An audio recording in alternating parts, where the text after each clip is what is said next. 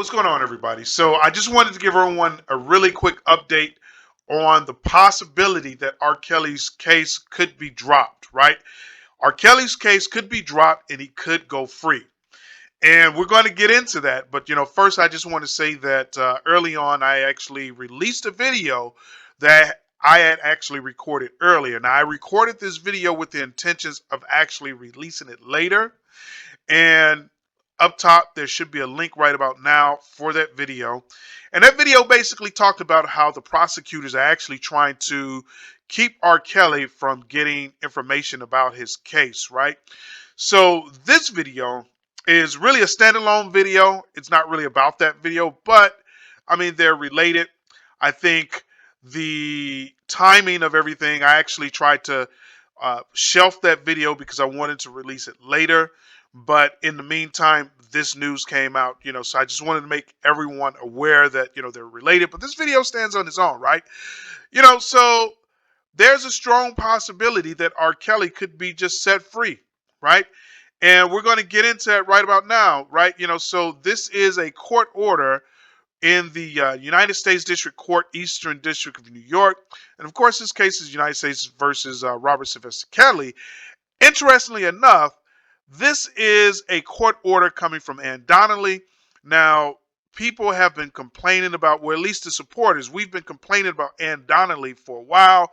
Some people are actually saying that she has a conflict of interest in this case. Other people are saying that, she's anti-Kells, and every motion that the R. Kelly team has put in, she's always ruled against it. So I just find it interesting that she would be the one to actually check the government on withholding information. And this kind of, it's just kind of ironic to me, right? But this is a victory on two levels. First is a victory because R. Kelly is going to get the information he needs to actually defend himself in this trial, right? Second, it has broad implications because it's implying, or it sets up the possibility that R. Kelly could just simply go free as it relates to the New York case, right? So it goes on and it reads this way. This order is entered pursuant to Federal Rule of Criminal Procedure 5F to confirm the prosecution's disclosures obligation under Brady v. Maryland and its progeny to summarize the possible consequences of violating those obligations, right? So here's the thing. First, we should know the importance of Brady v. Maryland. So it's important that we understand what this is so that we can understand what's going on here, right? So Brady v. Maryland is a case, and I'm just going to summarize everything. Brady v. Maryland is a case where Brady had an accomplice, and him and that accomplice plan to steal a guy's car, except the accomplice goes off and he actually kills the owner of the car, who we'll just call a victim at this point, right? So the accomplice ends up testifying that, hey, I killed the victim on my own. I was by myself. It was all me.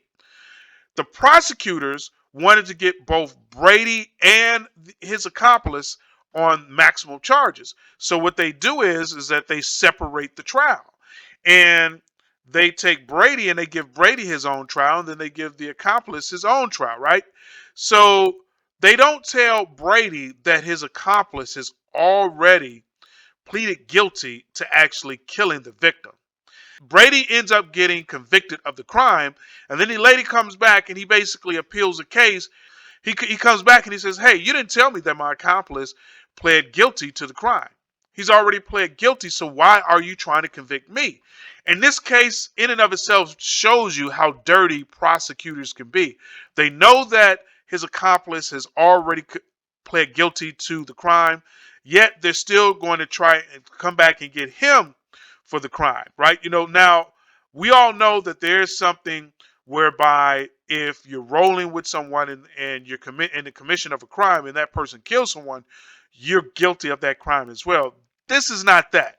They actually wanted to argue that Brady participated in the actual murder. So, of course, Brady wins his appeal, and there's a landmark decision, and that decision basically says that the prosecution must give exculpatory evidence to the defense. Any evidence that could basically set him free, you have to hand that over to him, right? So that's the importance of Brady v. Maryland. It's important to basically understand, the context of this, because what Ann Donnelly is saying, she goes, and its progeny, and to summarize the possible consequences of violating those obligations. So Ann Donnelly is saying the prosecution has an obligation, and the prosecution could be punished if they don't follow through with their obligation. That's what they're saying here. So keep that in mind, because it's going to be important at the end of this video, right? Then it goes on. The prosecution must disclose to the defense all information favorable to an accused, that is, material either to guilt or to punishment, and that is known to the prosecution. This obligation applies regardless of whether or not the information would itself constitute admissible evidence. The prosecution shall disclose such information to the defense promptly after its existence becomes known to the prosecution, so the defense may make an effective use of the information in the preparation of its case, right? Then it goes on, and she goes on, and she goes, the prosecution must also disclose any information that can be used to impeach the trial testimony of the prosecution witnesses within the meaning of Giglio versus United States and its progeny. Such information must be disclosed sufficiently in advance of trial for the defendants to make an effective use of it at trial, or at such other times the court may order, right? So, this is basically the meat and potatoes of this order. Let's talk about Giglio versus United States. So Giglio versus United States is a situation where you had this guy running around writing bad checks, and there was actually a witness in the case, and the government or the prosecutors didn't tell Giglio that one of the actual witnesses was given immunity to testify against Giglio, right? So why is this important? Because the judge is saying that not only do they have to turn over any evidence that's actually in this trial, they also have to turn over any evidence or any knowledge of people being granted plea deals. And this is pretty significant because, as we know, there are potentially lots of people in this case who probably have a plea deal, right? One such person is going to be Lisa Van Allen. Think about it. And this is my own opinion, but you're essentially trying, and this is in Illinois, right? But you're essentially trying to convict R. Kelly of purchasing pornography, buying or selling or purchasing pornography. You guys may know that Lisa Van Allen, she took some of the tapes from R. Kelly's library, allegedly, and then she's coming back and she's trying to sell some of those tapes back to R. Kelly, allegedly, right? We don't know if any of this stuff is true. Now, if you're going to convict R. Kelly of trying to purchase pornography, shouldn't you be trying to convict Lisa Van Allen for selling the very same thing that you're accusing R. Kelly is purchasing? So that basically means you're probably going to give her a plea deal, right? And I'm not going to say probably, it means you have. You've given her a plea deal because these allegations came up in almost 2 years ago. And we haven't heard of Lisa Van Allen being convicted of trying to sell pornography over interstate lines. We haven't heard anything like that. So to me, from deduction, we can only deduce that she's been given a plea deal. Now, here's another possible plea deal. Another possible plea deal is that allegedly one of the witnesses in the 2008 trial, well, the only witness in the 2008 trial, supposedly, allegedly, was supposed to testify against R. Kelly, right? And that's going to be, regarding the notorious video that we know of in the 2008 trial. Allegedly, the young lady in that trial has come out and said that they were going to testify against R. Kelly, allegedly. Now, here's the thing. If she's coming out to testify after all these years, if it was actually her, why didn't she come out to testify before? I deduce that she's coming out to testify because there was some sort of threat made towards her and her parents. They probably threatened to lock up her parents. They probably threatened to lock her up for some type of conspiracy to defraud the United States. And if she doesn't cooperate, then they're going to lock her up and they're going to lock R. Kelly's parents up. Now, of course, this is something that's going to be relevant from the perspective of Giglio v. United States, right? So all of these plea deals that potentially were handed out in this R. Kelly trial has to be revealed to R. Kelly's defense team. That's why this order is so important. What happens if they don't turn over the alleged evidence they have against R. Kelly? What happens if they don't reveal the plea deals that they have? Well, I'm going to show you what can happen. And this is coming from Judge Ann Donnelly, right? Because this is her order. Well, one of the things that she could do is that she can specify the terms and condition of producing the evidence or the plea deals. One another thing she could do is she can simply grant a continuance. She can impose evidentiary sanctions, meaning that she can sanction the government. I don't know what type of sanctions you could do to the government, maybe fines and fees and things of that nature. To me, that's not going to be really effective because it's the government. You're assigning someone with deep pocket a fee, and the fee will probably be, the sanction would probably be something like $1,000 or something silly. That's my thinking. Another thing that she can do is that she can impose sanctions on any lawyer for the prosecution responsible for violations of the prosecution's disclosure obligations. And that's going to be pretty significant because if I'm a lawyer working this case, I don't want to put my livelihood online, just to be vindictive to destroy a man's life. I don't want to put my livelihood online.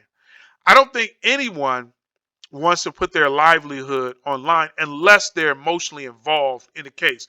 Now, lawyers are supposed to be somewhat impartial. At least that's my own opinion. So I don't see lawyers putting themselves on the line to prosecute R. Kelly, right? So if they need to give up this information, they're going to disclose it. They're not going to put not only their lives on the line, but also the lives of their family, who they have to take care of, and their good name. They're not going to do that, right? So when it comes down to it, I believe most people is just going to go ahead and give up the information, go ahead and basically tell Kels who got plea deals, so on and so forth, right? Another thing that could actually happen is that she could dismiss charges before trial or vacate a conviction after trial or guilty plea. Let me read that again. She can dismiss charges before trial or vacate a conviction after trial or a guilty plea. So this is pretty significant because basically what can happen is that, first off, I think they're withholding this information because they know that their case is weak against R. Kelly.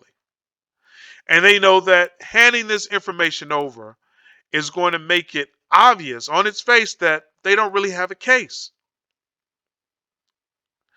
And if they've given any plea deals out, that's going to basically make their case even weaker because now they have to say, hey, I gave out this plea deal, and this guy is coming to testify against Kales, right? So now the jury's going to know, well, hey, he's only testifying because he was in trouble, right? And he had a plea deal, and he's basically just trying to get himself out the hot seat, right? So this could be potentially something that might apply to Richard Arline Jr. Now, I don't know that he got a plea deal, But to me, it doesn't make sense to just go ahead and plead guilty when you don't get anything in return. At the very least, you can fight, right?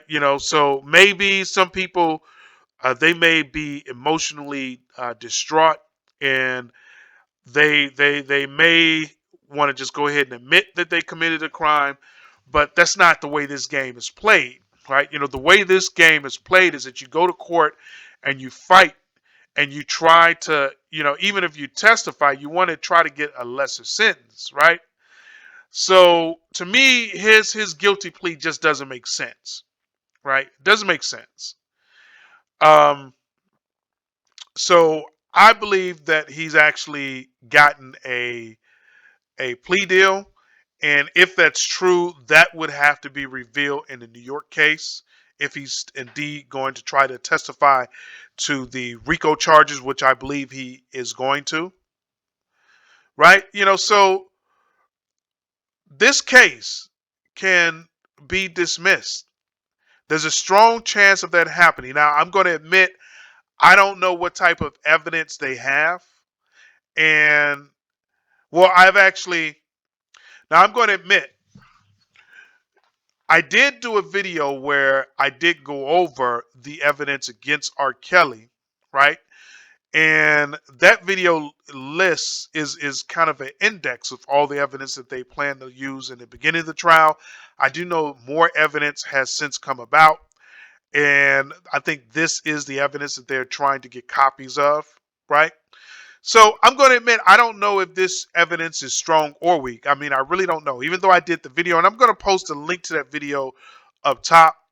If you want to see the list of evidence they supposedly have against R. Kelly, the first in the first round when they collected evidence, click this card above or the link above, and you can watch the video where I actually go through a list of all the evidence. But there's also a second list of evidence that they got from some locker or something like that.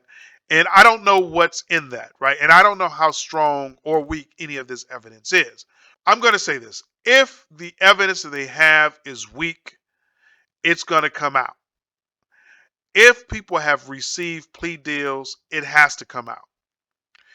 And if they fail to comply with this order, then the only thing that they can do, I think the fair thing to do, is just simply dismiss the case against R. Kelly. Now, I want to know what you think.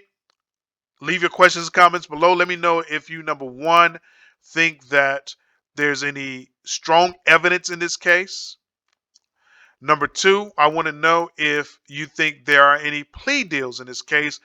And actually, it's not really a question of if there are plea deals, because I believe if there wasn't any plea deals, they wouldn't be talking about plea deals, right? So that's what this case law refers to.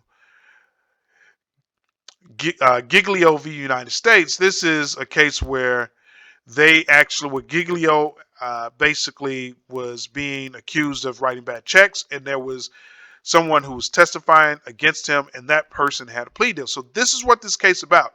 So I don't think they will be mentioning this if there weren't any potential plea deals, or if the defense didn't suspect that there were plea deals. So leave your questions and comments down below. I want to know what you think. Do you think there is any plea deals? Which is really not a question, but the real question is, who do you think got a plea deal? In my opinion, I think Lisa Van Allen potentially got a plea deal. I think Richard Arline Jr. potentially got a plea deal. I think that the young lady and her father and her parents from the 2008 trial potentially got a plea deal. Those are all the people I suspect that has a plea deal or were offered a plea deal. And I think they're trying to give Don Russell a plea deal, but something's going on with that. He hasn't taken it yet, because if he had, we would have, heard a guilty plea or something like that, right? Or maybe they're planning to unleash the plea deal at the right possible time, right? Let me know what you think. Those are my thoughts on the evidence and the potential plea deals.